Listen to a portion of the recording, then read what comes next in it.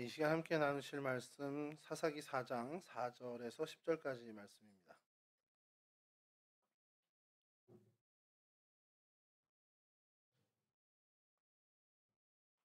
사사기 4장 4절에서 10절까지 말씀 저랑 한 절씩 교독하시죠. 그때의 라피도스의 아내 여선지자 드보라가 이스라엘의 사사가 되었는데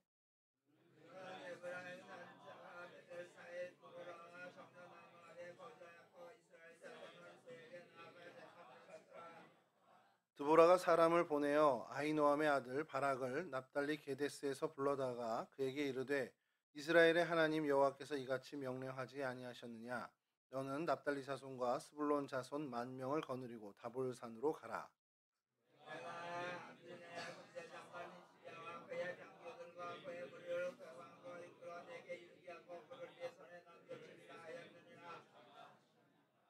바락이 그에게 이르되 만일 당신이 나와 함께 가면 내가 가려니와 만일 당신이 나와 함께 가지 아니하면 나도 가지 아니하겠노라 하니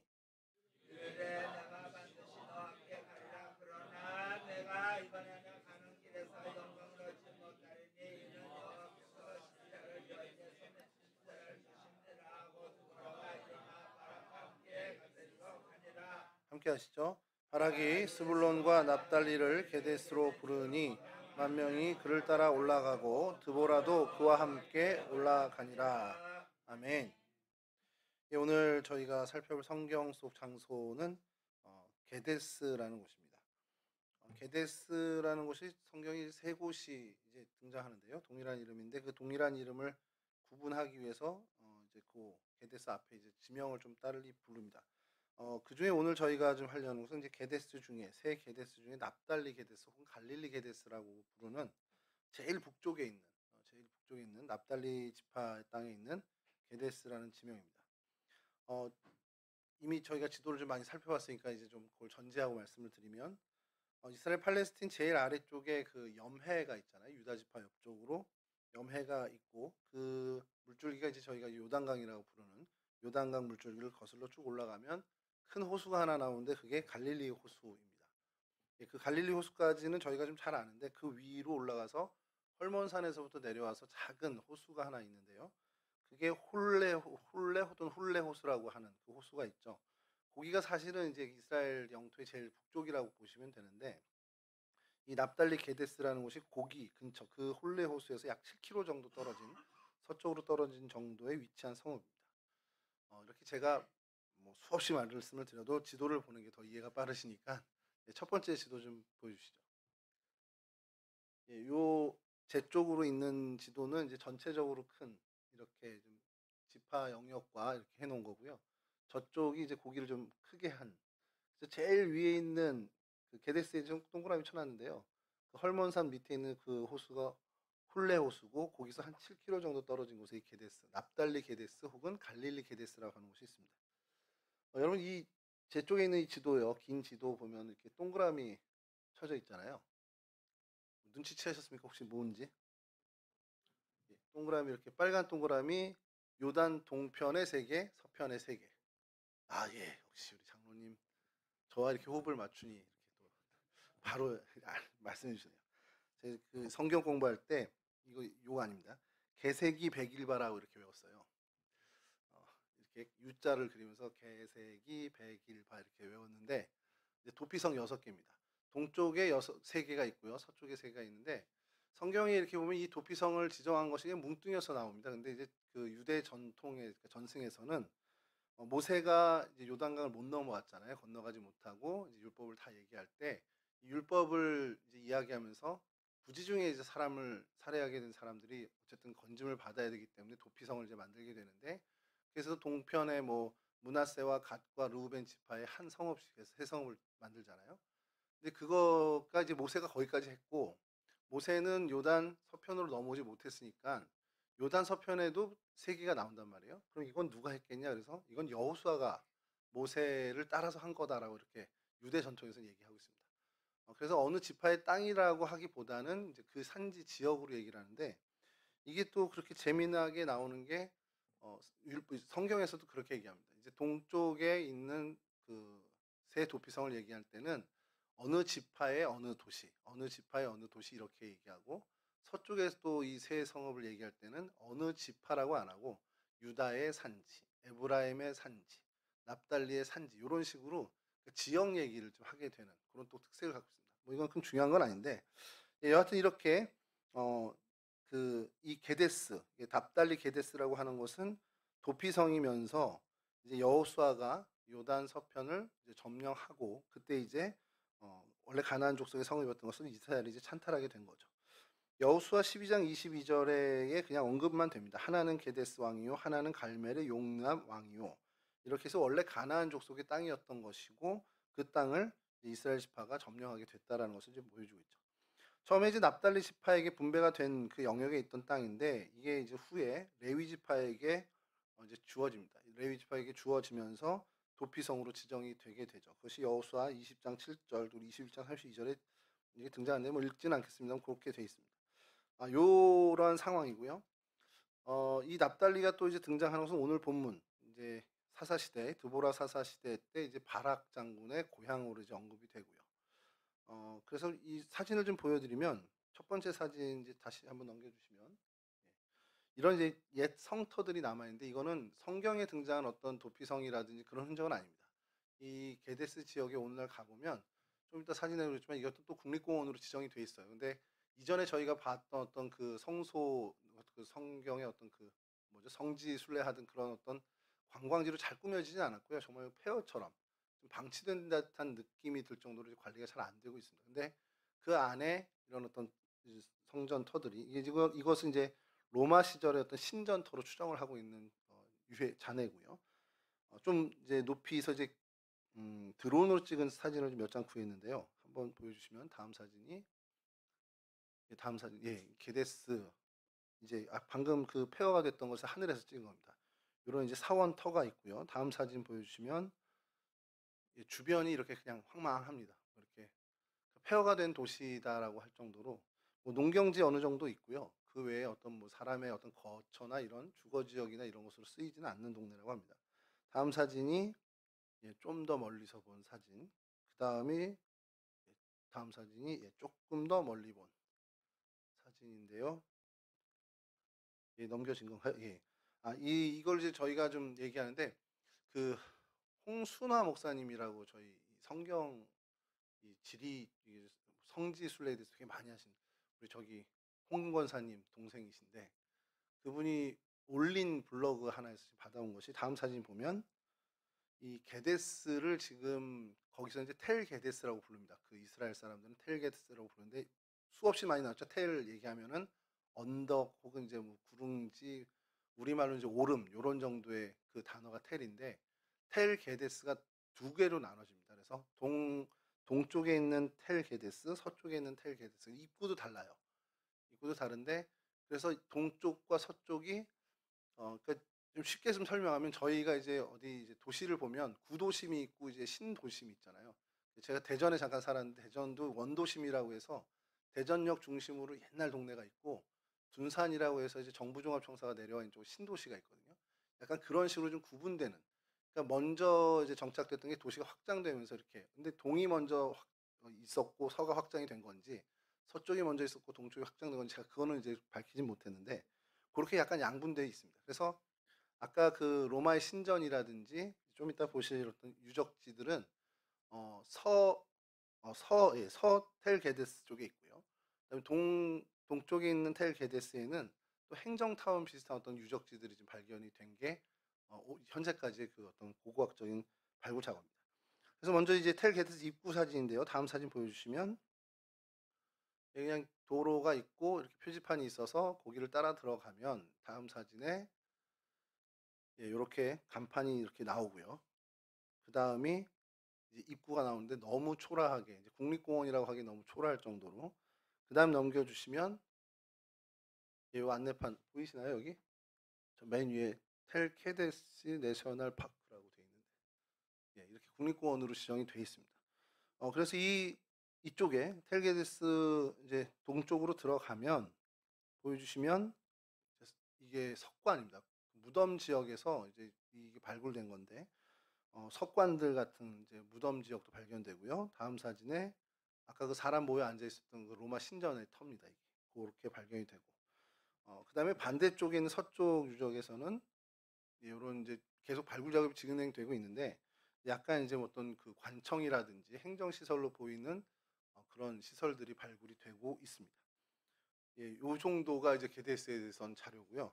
뭐 구글 지도로도 좀 가보고 뭐 많이 해봤는데 항상 이제 반복 거의 다 요 안에서 이제 반복되는 겁니다. 그래서 뭔가 발굴된 것도 이제 한정적이고 또 지금 거주하는 사람도 별로 없고 이제 역사적으로만 이제 등장하던 땅이다 보니까 성경에서도 그렇게 많이 언급이 되지 않고요. 근데 이제 이곳이 하나 이제 중요한 것은 예수님 시대라든지 아니면 그 이후 시대에도 이 지중해 두로아 시돈 쪽, 예, 지중해 연안에서 이제 지금은 이제 뭐 다마스쿠스라고 저희가 부르는데 다메섹 그 동네까지의 그 이동 경로의 가장 거점인 도시여서, 그러니까 이 시리아 지금 현재 시리아죠. 시리아가 수도인 다마스쿠스에서 지중해로 나가는 그 길목은 이곳을 이제 거쳐서 가던 그런 시절. 그래서 굉장히 전략적 요충지였다라는 정도. 그래서 뭐 역사적으로도 그 로마 시대의 그 이제 티투스 장군이죠. 이제 예루살렘을 완전히 멸망시킨 로마의 티투스 장군이 일단 예루살렘으로 진격하기 전에 진을 치고 어떤 그 군대를 이제 정비한 곳이 바로 이 게데스 땅이었다라는 이제 역사적인 또 이 언급도 있습니다. 그렇게 뭐 이렇게 좀 뭐 많이 이런 일들이 있긴 있었는데 뭐 그걸 잠깐 좀 살펴보면은 예수님 탄생 전에 733년이죠. 북이스라엘 왕 베가 시절에 아수르 왕 디글랏 빌레셋이라고 뭐 들어보셨을 겁니다. 그 사람이 여기를 점령을 합니다. 북이스라엘을 이제 점령해서 이제 시작이 되는 거죠. 이 북이스라엘 멸망이 사실상 시작이 되는데 그게 열왕기하 15장 29절에 등장을 합니다. 그러니까 게데스가 성경에 이렇게 좀 구체적으로 이렇게 명단처럼 나오듯이 어느 성읍 어느 성 이렇게 말고 어떤 사건이 구체적으로 드러난 것은 오늘 본문하고 이 열왕기하가 거의 유일하다고 보시면 되는데, 열왕기하 15장 29절의 말씀입니다. 이스라엘 왕 베가 때에 아수르 왕 디글랏 빌레셀이 와서 이온과 아벨 벤마가와 야노아와 게네스와 하솔과 길르앗과 갈릴리와 납달리 온 땅을 점령하고 그 백성을 사로잡아 아수르로 옮겼더라. 이제 이스라엘 북이스라엘 멸망이 이제 시작된 것의 어떤 그 신호탄 같은 일이죠. 그래서 이 게데스 또 하솔 어떤 그 납달리 지역에 있는 그 북이스라엘의 북쪽이죠. 북이스라엘의 북쪽을 침략을 하고 거기 있는 사람들을 이제 아수르로 잡아가는 그러한 장면을 기록해 놓고 있습니다. 게데스 하솔은 오늘 저희 본문에도 굉장히 중요한 역할을 하는데, 하솔왕 야빈과 그 시스라 그 군대 장관과 드보라 바락과의 전쟁이 오늘 저희들이 다룰 사건이죠. 페르시아 때는 이 갈릴리, 페르시아가 뭐 127도 뭐 이렇게 딱 나누잖아요. 행정구역을 나눌 때 이 갈릴리 북부 지방도 한 도로 나누게 되는데 그때 이 갈릴리 북부 지방의 수도가 여기 게데스였다는 역사의 기록이 있고요. 헬라 시대 때 하스몬 왕조 시절이 있었는데 그때 이제 요나단 왕이라고 저희는 이제 이야기하는데 정확히 요나단 마카비라고 하는 유대 민족의 지도자가 데메드리오라는 이제 테메트리우스 2세죠. 그 거기서 이제 싸움이 나서 격투를 했습니다. 그게 하솔 전투라고 유명한 사건인데 유대 전쟁사의 유명한 사건인데 그때 그 게데스 지역이 언급이 되고요. 그리고 사실상 그 지역이 그 이후로는 좀 폐허 상태가 된 거라고 이제 보시면 됩니다. 말씀드렸듯이 로마 시대에 이제 그 티투스 장군이 이제 뭐 AD 66년이죠. 되게 저희들이 기억하는 날이 예루살렘을 완전히 멸망시켰던 로마 티투스 장군이 이곳에서 진을 치고 이제 예루살렘을 점령하게 된 그 사건에서도 이 게데스가 좀 등장을 합니다. 요세푸스 역사서에는 이 게데스가 전통적으로 베니게인들, 그러니까 페니키아의 사람들에게 속한 땅이라고 계속 언급이 되고, 그 정도로 이제 역사서나 역사적인 자료에서는 게데스가 그 정도로 등장을 하죠. 이게 이제 납달리 게데스의 이야기고요. 그리고 게데스 그러면 이제 이사갈 지파 안에 있는 게데스가 또 있고 유다 지파에 속한 게데스가 있는데, 유다 지파에 속한 게데스는 특별히 우리가 잘 아는 가네스 바네아라고도 이제 칭합니다. 이거 이제 나중에 또 저희가 한번 이제 지명 사건 얘기할 때 언급되면 그때 좀 말씀을 드리도록 하겠습니다. 그래서 오늘 지명은 요 정도 저희가 좀 살펴볼 텐데요. 이 납달리 게데스에서 일어났던 많은 일도 아니죠. 몇 안 되는 일들 중에 오늘은 이제 사사시대, 드보라 사사시대에 있었던 그 전쟁, 이제 하솔왕 야빈과의 전쟁에 대해서 저희가 좀 생각을 해보려고 하고요. 특별히 그 사건의 중심이 됐던 인물인 바락에 대해서 좀 살펴보면서 저희가 좀 교훈을 좀 나눠 봤으면 좋겠습니다. 제가 이 성경 속 장소와 사건을 이렇게 하기 전에 성경 속 인물을 좀 같이 살펴본 기억이 있으시죠? 예. 그래서 성경의 인물을 했었는데 그때 다 끝나고 나서 제가 '아차.' 싶은 게 있었어요. 이제 이렇게 쭉 파일을 보다 보니까 발악이 없는 거예요. 제가 스스로 '아 내가 왜 발악을 안 했지?' 그러면서 막 이제 안타까운 드보라까지는 이렇게 좀 같이 말씀을 나눴는데 '왜 발악에 대해서 내가 생각을 못 해 봤지?' 이렇게 평소에 발악에 대해서 되게 좀 마음속으로 이렇게 좋아하는 사람이기도 해서 아마 제가 지금 추론컨대 스스로 보면 이제 너무 아끼다가 발악을 못 하고 다윗 왕을 마지막으로 해서 지명으로 넘어가게 된 것 같아요. 그 아쉬움을 가지고 '언제고 발악에 대해서 좀 해야 되겠다.' 하고 있는데 마침 또 이렇게 게데스가 발악과 연결이 돼서 발악에 대해서 오늘 좀 얘기를 좀 나누려고 합니다. 납달리 지파가 이 게데스를 중심으로 한 그 북쪽 지역을 배분을 받게 되죠. 그리고 여호수아가 이 납달리 지파에게 이 지역을 주면서 이제 그 납달리 지파 안에 거하는 레위인들에게 성읍을 지정해서 준 것이 말씀드린 납달리 게데스, 갈릴리 게데스라고 하는 곳입니다. 원래는 말씀드렸던 것처럼 가나안 원주민이 그곳에 살고 있었고 그 원주민들은 사실 이집트의 영향 아래 있었다고 해요. 그래서 이집트가 계속해서 수탈해 가고 하다 보니까 그 가나안 족속들이 뭉쳐서 이집트에게 항거한 독립투쟁처럼 항거한 기록이 역사에 있습니다.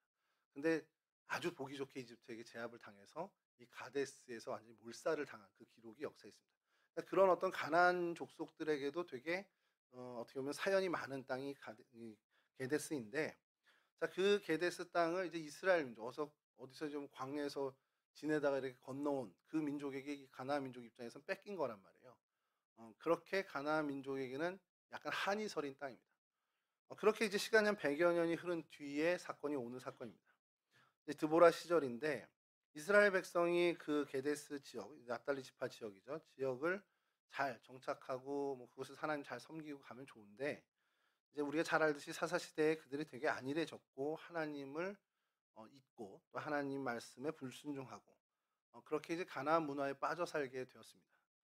그때 이제 가나안 원주민들이 기회를 삼은 거죠. 그래서 그 하솔 왕을 중심으로 해서 이 이스라엘, 특별히 납달리 땅에 있는 이스라엘 백성들을 괴롭히기 시작합니다.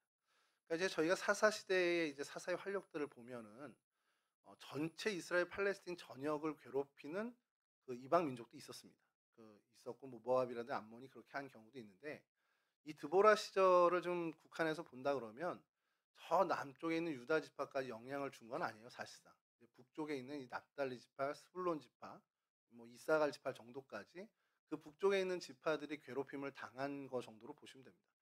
그러니까 이제 그 게데스 그 주위에 가나안 족속들이 호시탐탐 노렸겠죠. "저 땅 원래 우리 건데." 그러면서 지금 팔레스틴 사람들이 현재 이스라엘 국가에 대해서 갖는 그런 감정처럼 '이거 원래 우리 땅인데 얘네들이 주인 노릇하고 있네.'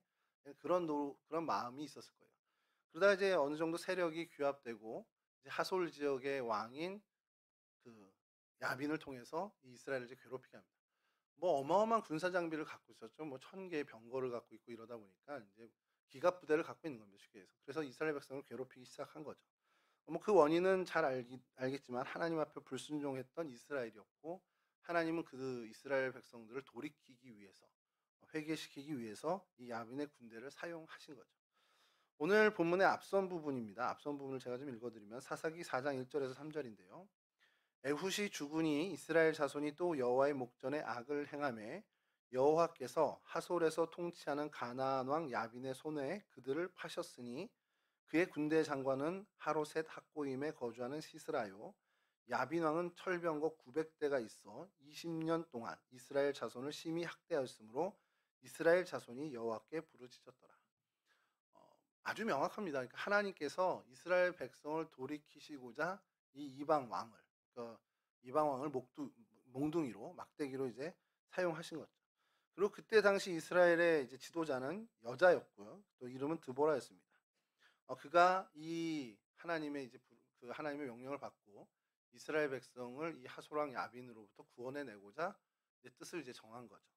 그리고 그가 처음 한 것이 게데스 출신의 바락을 바락에게 도움을 청합니다. 그래서 바락이 이제 처음 등장하게 되죠. 여기서부터 좀 저희가 좀 이제 뭐 시간 순서라기보다는 이제 바락에 대한 어떤 그 심리적인 부분이라든지 그 당시의 사회상에 대한 이 바락의 사회상 내에서 바락의 어떤 생각들을 좀 정리해 볼 필요가 있는 것이, 당시 이스라엘 사회가 어떤 사회였습니까? 남자와 여자를 비교하면 그냥 남자 위주, 남성 위주의 사회였습니다. 그러니까 여성 위주냐 남성 위주냐 그냥 언급이나 비교를 할 수 없을 정도로 여성은 그냥 남성의 이제 소유물, 어린아이와 여성은 그냥 소유물, 재산 목록의 하나로만 취부되던 그런 시절이었어요. 그러니까 완전히 종속돼 있었고, 뭐 우리도 잘 알고 있지만 여자는 이스라엘 인구 조사에서도 제외되는, 그러니까 인구 계수를 할 때도 제외되는 거죠. 그러니 무슨 선거권이 있냐, 뭐 여성의 인권이 어떤 이런 건 뭐 언급조차 할 수 없는 그런 시절이었습니다. 이런 사회적 통념이 지배하던 사회였어요. 그러니까 그게 그 시대의 정신이었습니다. 그 시대의 상식이었고 그 시대의 통념인데, 그때 당시에 여선지자가 됐다라는 것 자체도 놀라운 일입니다. 드보라가 여선지자로 백성들의 어떤 지도자급에 있었다라는 것도 놀라운 일이고, 아무리 그렇게 올라가 있다 하더라도 남자들 입장에선 그것이 탐탁치 않았을 거예요. 그런 와중에 이 여자 선지자를 돕는 일을 한다. 그렇다면 남성 입장에서는 그 당시 사회 통념에선 사실 이게 쉽지는 않은 일일 것이었습니다. 근데 이러한 일에 바락이 순종을 했다라는 것을 저희가 좀 주목해 볼 필요가 있다는 거죠. 그러니까 바락을 살펴볼 때 저희가 첫 번째 바라봐야 되는 요점은, 여성의 비중이 없던 시대, 여성의 휘하에 서게 되는 남성의 모습은 전혀 용인되지 못하는 상식의 사회에서 그는 그것을 기꺼이 겸허히 수용한 사람이라는 겁니다. 근데 그것을 수용했다라는 것이 놀라운 게 아니라 왜 그럼 수용했느냐? 그건 당연히 그 이유는 역시 하나님이었다는 거죠. 하나님의 뜻이 거기에 있었고 하나님이 그에게 당신의 뜻을 밝혀주었고, 그래서 그것이 하나님의 뜻이라면 사회 통념과는 정반대되는, 어떻게 보면 세상 사람들이 의아해하거나 조롱하거나 무시하거나 멸시하는 선택이라 할지라도 그것이 하나님의 뜻이란 것이 명확하다면 그것을 수용할 수 있는 믿음의 사람이었다라고 우리가 볼 수 있다는 것이죠. 그러니까 바락은 여선지자 드보라, 그러니까 드보라를 여자로 본 게 아니라 여자 선지자로 본 게 아니라는 겁니다. 그를 이스라엘의 사사, 즉 다시 말해서 하나님이 세우신 지도자라고 인정하고 그 시선으로 바라봤다는 거예요. 거기에는 그가 여자인지 나이가 많든 적든 그런 아무 상관이 없습니다. 하나님이 세우신 하나님이 이끄시는 지도자라는 것이 중요하고 그것 하나만 본 것이죠. 그렇기 때문에 그의 이야기는 하나님의 요청이었고 그가 명령하는 것은 하나님의 명령이었습니다. 그러니까 바락은 드보라의 그 요청과 그 이야기에, 그 요청을 하나님의 뜻으로 하나님의 이야기로 받아들이고 그 말에 순종한 것은 드보라의 말에 순종한 것임과 동시에 하나님 말씀에 순종한 것이 되었다는 것이죠. 그러니까 이런 신앙을 가졌던 사람이 바락이라는 겁니다. 근데 이거 여러분, 이게 되게 저희가 쉽게 얘기하지만 굉장히 어려운 일은, 당시 시대에서 그런 선택을 할 수 있었다라는 것은 정말 엄청 어려운 일이라는 거예요. 바락이 그 시대의 상식을 완전히 뒤엎은 선택을 했다는 겁니다. 그거는 세상 사람들의 조롱을 당할 수도 있는 거고요. 세상 사람들의 무시와 경원을 당할 수도 있는 일입니다. 근데 그 이유가 단 하나, 하나님이기에 그가 그러한 선택을 했다라는 것에 우리가 주목을 해야 된다는 것이죠. 그러니까 신앙이라는 것이 그래요. 믿음이라는 것, 신앙이라는 것은요, 사회적인 통념이나 사회적인 관념, 시대 정신을 초월해 있습니다. 다른 사람의 이목을 의식한다거나 체면이나 나의 위상이나 명예를 생각한다면 절대 선택할 수 없는 것을 선택하는 힘이 바로 신앙의 힘, 믿음의 힘입니다. 그렇기 때문에 신앙은 하나님의 백성으로서 내가 하나님을 섬기는 일에만 집중하는 것, 이게 신앙이라는 거예요. 다른 거 고려하지 않습니다. 하나님 백성으로서 하나님을 섬기는 일, 거기에만 집중하는 것이 바로 신앙이고 믿음이라는 거죠. 근데 그것을 선택할 때 시대의 정신이나 세상 사람들의 상식과 반하는 선택이 된다 하더라도 그건 개의치 않는 것이 믿음의 용기라는 겁니다. 그것이 우리에게 필요한 것이고 이 바락에겐 있었고 그 바락을 하나님 쓰신 가장 결정적인 이유라는 것이죠. 이제 바락은 이 여자임에도 불구하고 드보라를 사사로 세우신 여호와의 하나님의 뜻을 정확히 알게 된 거죠. 이를 통해서 우리 민족을 구원하시는구나, 이것을 명확하게 안 겁니다.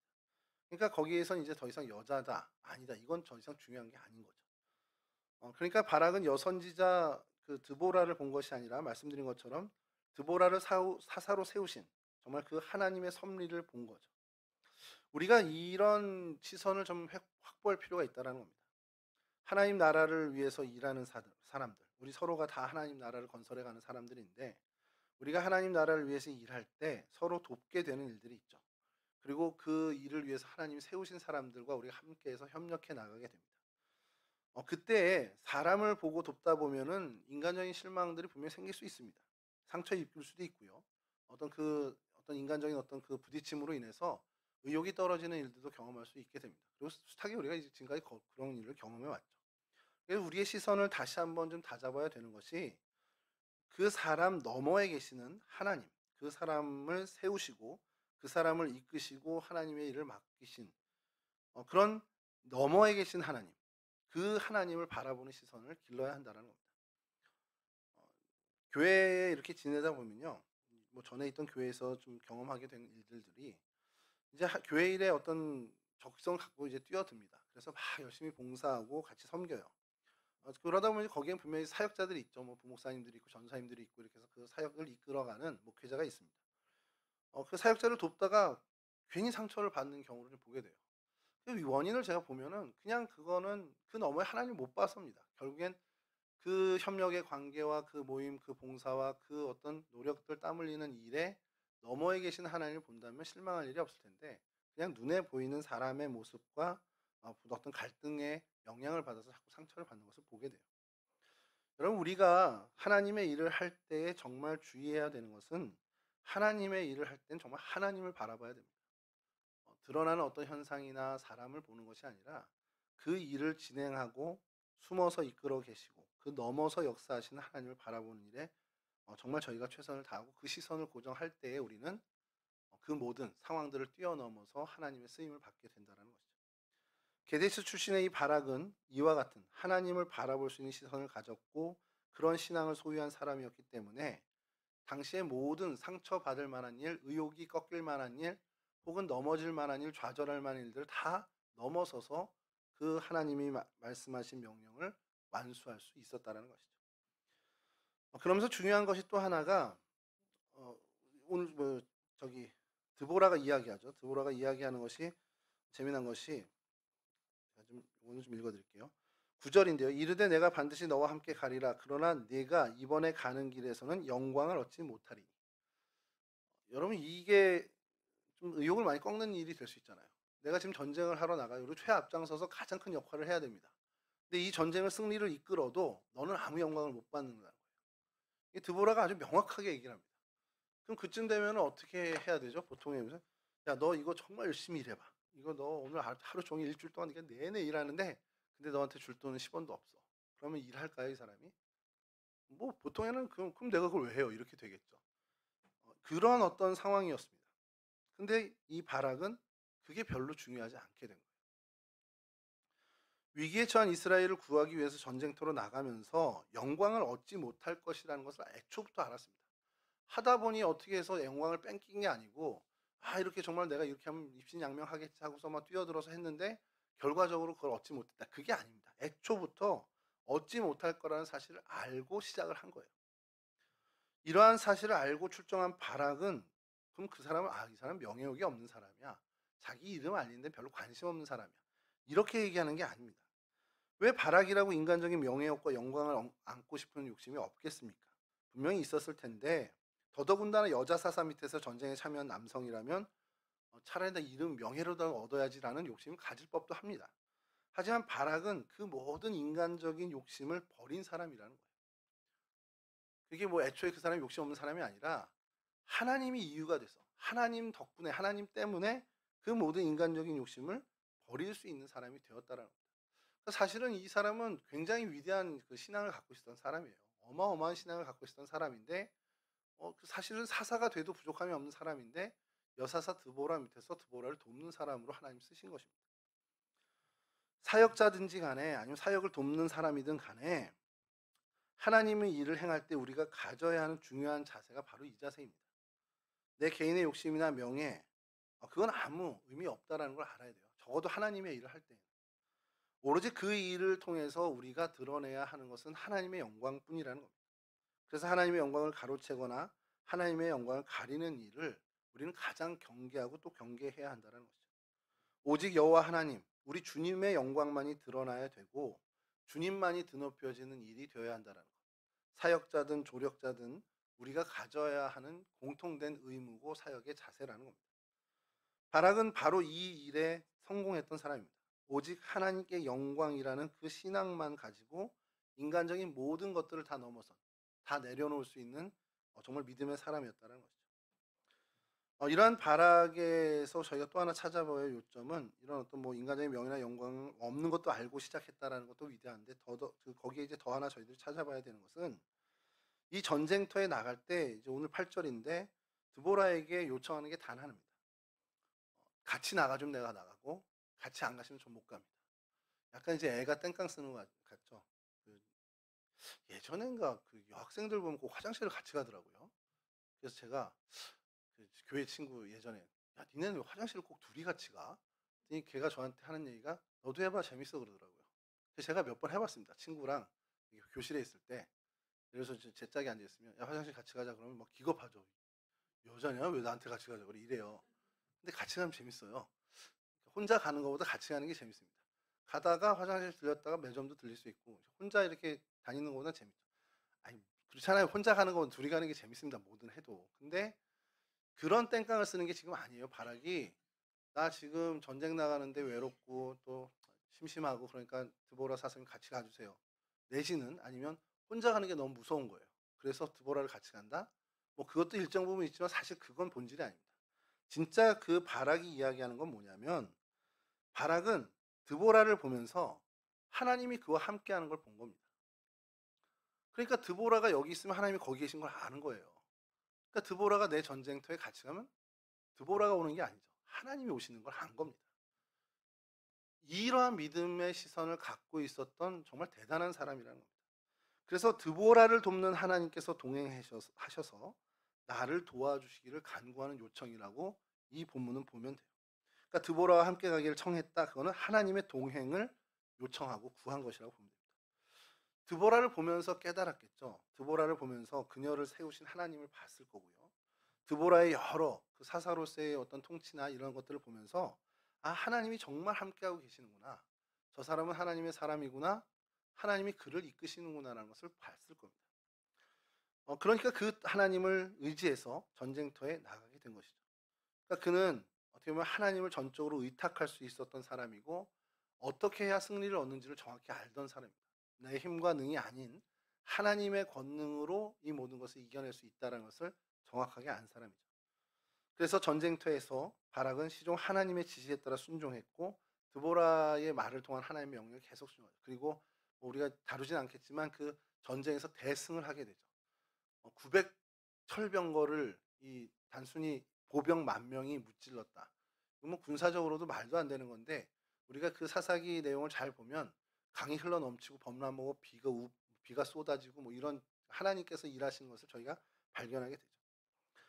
여하튼 뭐 그런 전쟁이 됐든 간에 오늘을 살아가는 저희들이 이 이야기를 보면서 좀 생각해야 되는 것은 오늘날 분명히 저희들이 살아가는 이 세상은 전장과 같은 전쟁터입니다. 분명히 영적 전쟁터라고 저희들이 입버릇처럼 얘기하지만 실제 그렇죠.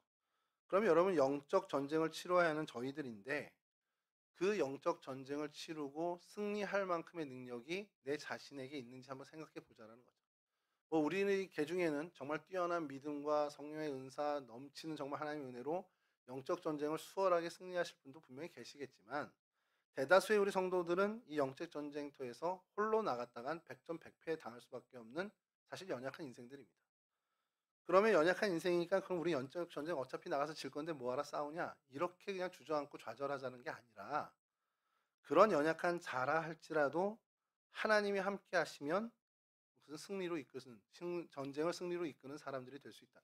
그러니까 내 힘과 능이 아니라 하나님의 권능으로 이 영적 전쟁을 치르면 우리는 승리자로서 살아갈 수 있다는 것을 믿는 믿음 갖고 나아가자는 것이죠.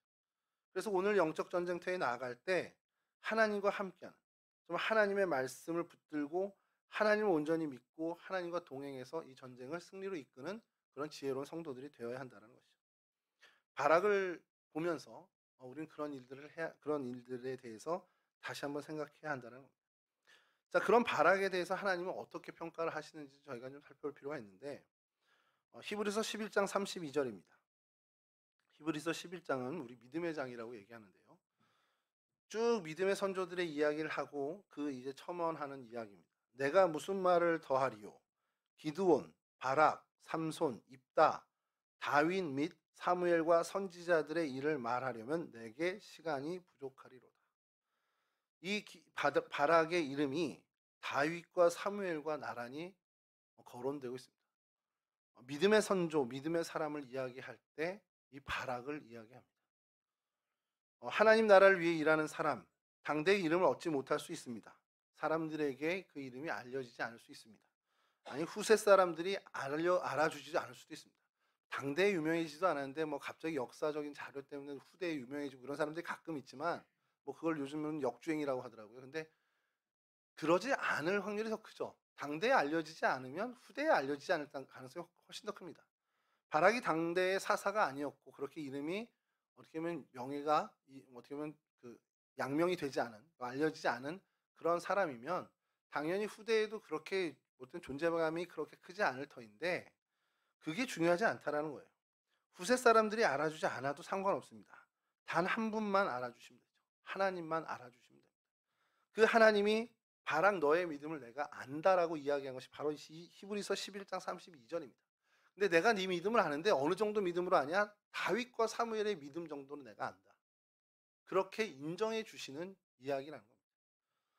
여러분 사실 여기엔 좀 욕심을 냈으면 좋겠어요. 물론 이제 다윗, 사무엘의 믿음에 우리가 반대를 한다 그건 아닌데 하나님이 그래도 우진아 네 믿음 내가 알아. 이 정도는 정말 인정받는 거에 대해서는 우리가 욕심을 내볼 필요가 있다는 거죠. 물론 어렵겠지만 그래도 하나님 알아주시는 그래서 내가 하나님을 바라보는 그 믿음을 정말 그 신앙의 경주를 끝까지 정말 최선을 다할 필요는 있다는 것이죠. 하나님을 의지한 사사로 기억된 바락입니다. 인간적인 편견이나 욕심 버리고 하나님만을 의지했고 그래서 드보라 사사 조력자로 충성을 다했습니다.